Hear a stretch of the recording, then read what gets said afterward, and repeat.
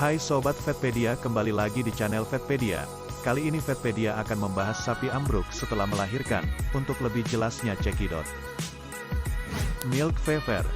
Milk fever atau hipokalsemia merupakan penyakit metabolisme yang paling banyak ditemukan pada sapi sehabis melahirkan dan terutama terdapat pada sapi yang berproduksi tinggi.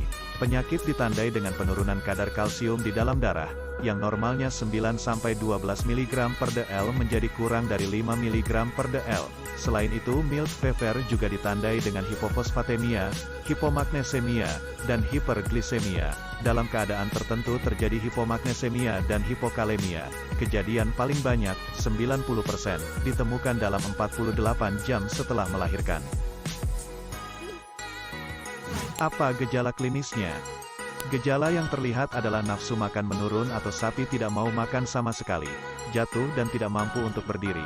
Meskipun ada usaha untuk berdiri, pada kondisi yang sangat parah ditandai dengan kembung, hewan berbaring pada sternum dengan kepala ditarik ke arah belakang dan menyandarkan pada bahunya, bahkan hewan menjadi tidak sadarkan diri dan koma. Apa penyebabnya?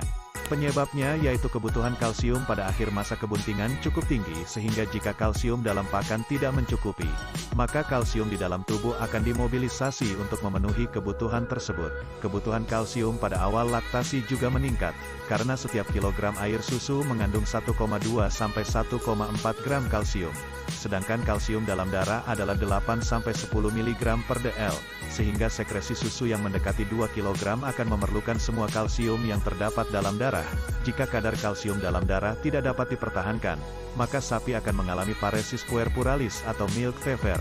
Menurut Syafarnianto, hipokalsemia terjadi akibat perubahan kadar ion dalam sel cairan tubuh yang mempengaruhi iritabilitas, gerakan dan tonus otot, serta pengaruh dari ion natrium, kalium, kalsium dan magnesium yang mempengaruhi impuls saraf.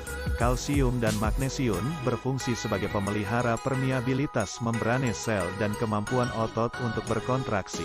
Sedangkan kalsium berfungsi sebagai aktivator antara ikatan protein aktin dan protein miosin sehingga dapat menghasilkan kontraksi otot.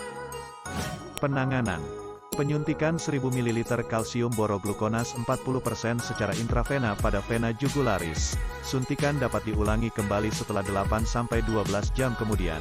Apabila belum menampakkan hasil, maka dapat diberikan preparat yang mengandung magnesium, hanya sedikit susu yang boleh diperas selama 2-3 hari. Pengosongan ambing sebaiknya dihindari selama waktu tersebut untuk mencegah terjadinya paresis puerperalis. Kadar kalsium dalam pakan harus dikurangi pada akhir periode laktasi. Pemberian konsentrat dapat diberikan 2 kg per hari atau selama periode kering kandang dengan mengurangi pemberian legum atau suplemen mineral. Peningkatan pemberian konsentrat baru dapat dilakukan 2 minggu menjelang sapi melahirkan. Terima kasih telah menonton Vetpedia. Jangan lupa subscribe, like, dan komen ya Sobat Vetpedia. Sampai jumpa di konten selanjutnya, bye-bye.